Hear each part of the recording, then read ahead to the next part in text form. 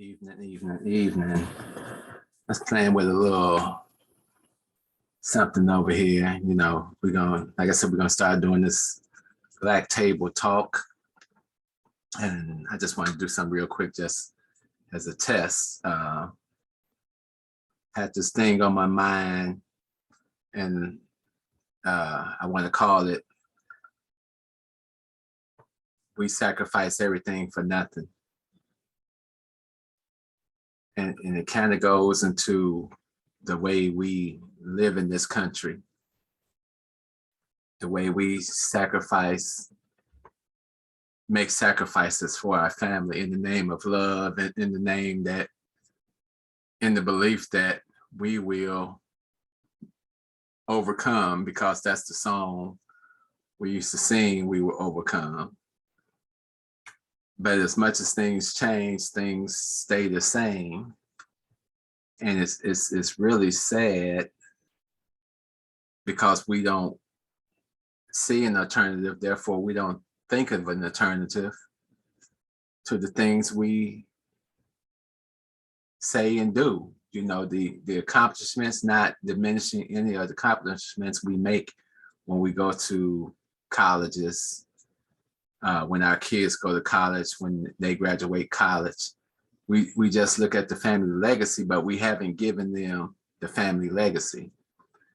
We raised them in a more worldly way when we were raised in a more family structure type of way, to have responsibilities toward the family, that you had to come back and help the family to move to that next level. So I guess some of us have moved to that next level and you never thought about the family. I remember I'll just share a personal story. I was 25 and my grandmother passed away, and she was still living in the projects. I was living in a condo on Lake Shore. And she had always talked to me about, take care of your brothers and sisters, take care of your family, be a man.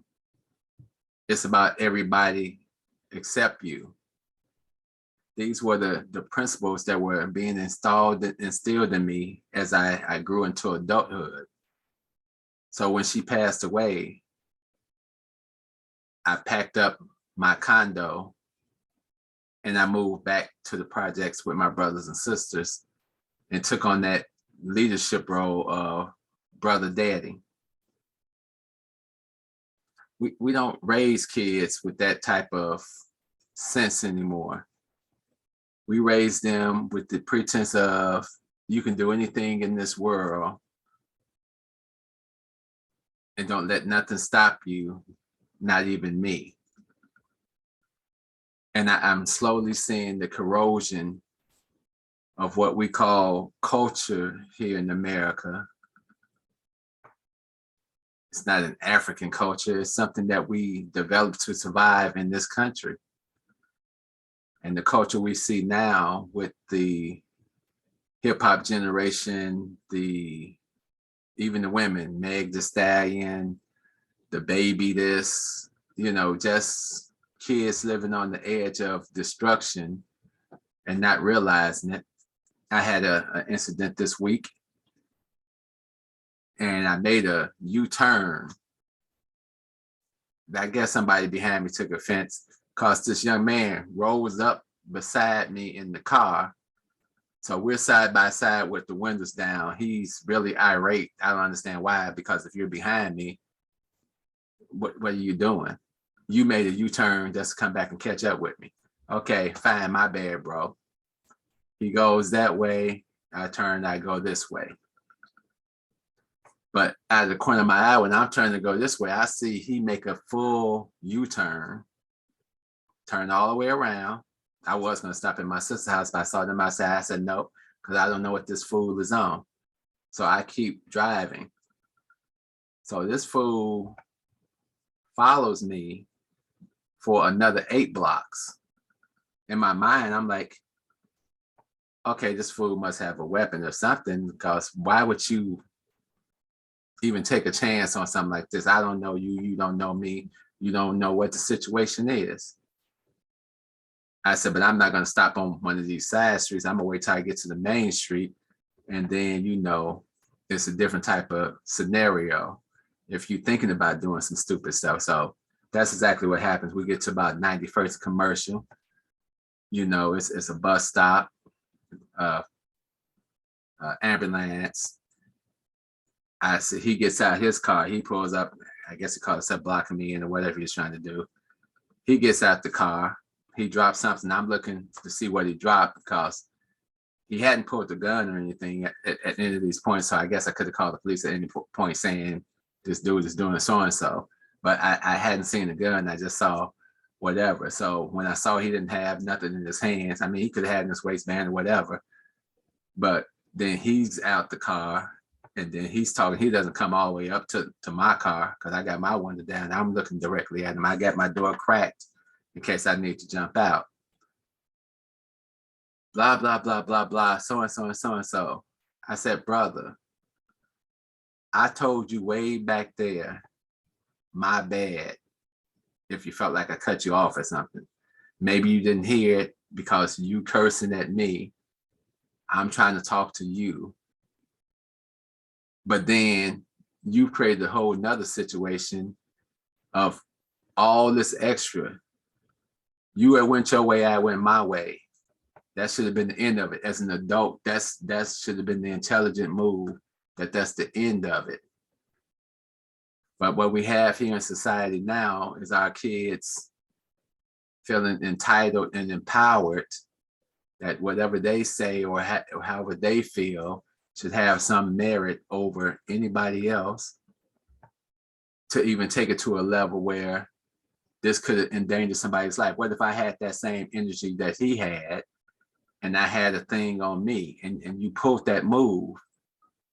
Would I have been well within my rights to blast you when you jumped out your car and approached me? Most people will say, yeah, because you're doing too much. Now, I bring that up because a lot of our kids are the same age as this young man. This young man might have been 27, 28, 150 pounds wet. I clearly outweighed him by about 80 some pounds. So it wasn't like he's going to whoop my ass or anything like that. But that's the behavior that we're seeing. And that's why we're getting all these murders in our community. We've allowed a culture of ignorance and self-absorbance to permeate into the very being of what we call ourselves here in this country. If we're talking about doing some collective stuff, we got to collectively reel our children in.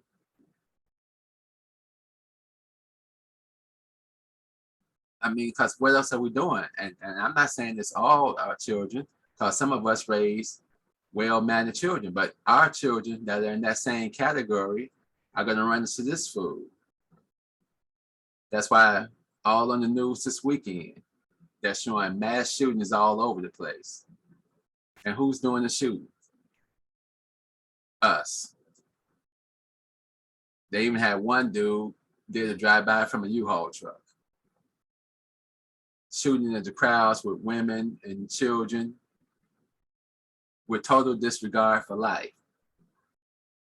And that's the problem America's not trying to fix. America's comfortable with your death. The NRA spends tons of money, and I said it on the No PC show that comes on Thursday nights at 7:30. These people do not care about you getting your hands on guns. They actually feel like, well, us good white people, we are responsible with our guns. We maintain our guns. We're not out here in the streets shooting up each other with our guns. We're not doing all this nigger shit. Those are the ones that you need to watch out for. And if they kill each other, fine with us. Make America great again.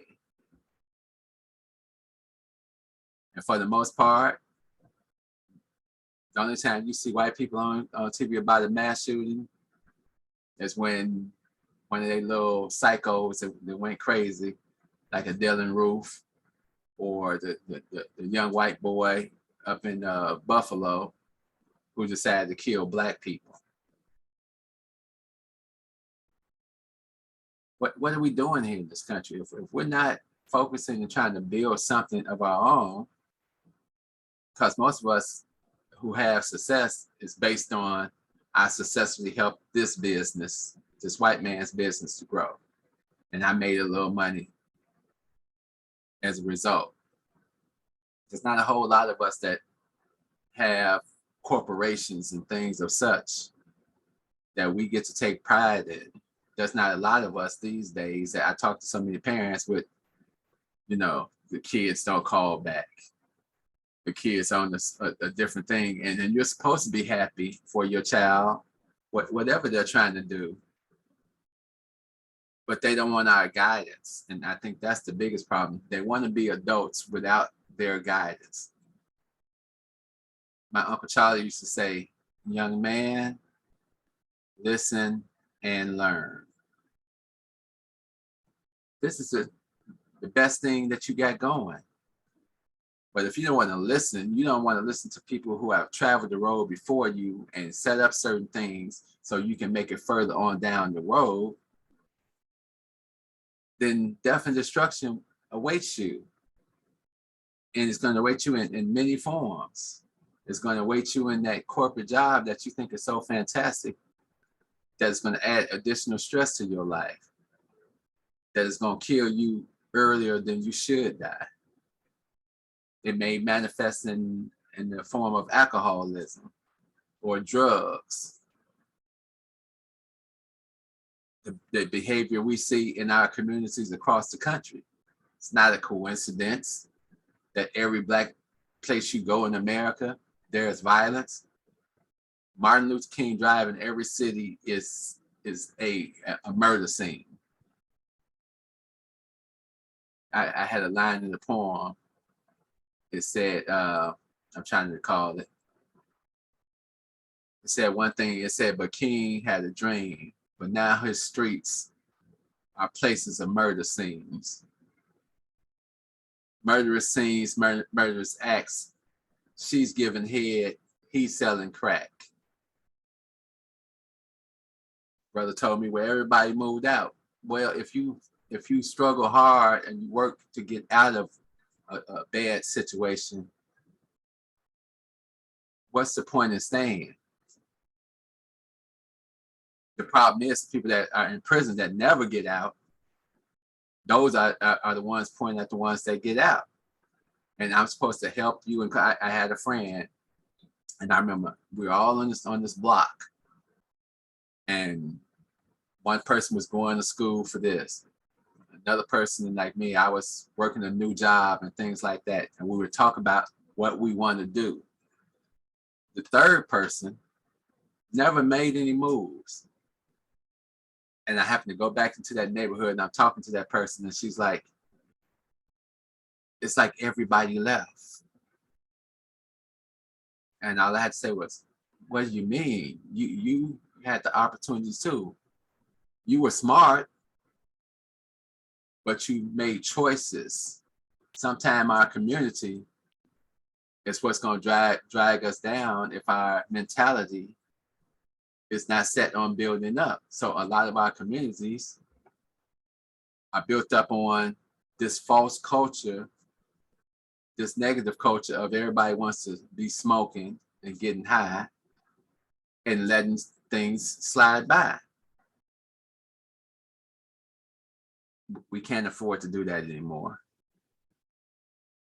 So like I say, on the Black Table Talk, we're just going to talk more and more about these situations. It's actually going to be done on Zoom. So what we'll do is I will post the email address.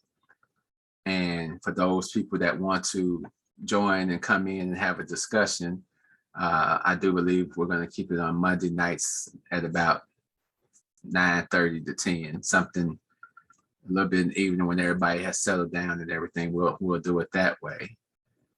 And hopefully it's something that, we can bring together and we can have some discussions. And there'll be topics that we'll discuss, like family life, alternative life, you know, all the different types of subjects that are questions that we need to address as Black people on our own, and stop taking the American, do we call it the American way or the American BS that we have chosen to live under? And we got to give it the spin to how we want to look at it and how we want to decide, and not feel ashamed because we feel a certain way. So on that note, like I said, I just wanted to test this out, but we're going to say deuces 2 times, and we're going to catch you all Thursday night for the No PC show, 7:30 to 8 o'clock. Hit that notification, that and that subscription. You know, I think we got about 200 people on this side. I still got about another 400 on the other side. And I know I've been posting, trying to get them to come over and resubscribe. But, you know, it is what it is. The message is for whoever shows up, right? I love you all. And on that note, I'm trying this little music selection too. So let's see if we can get this to go out the right way.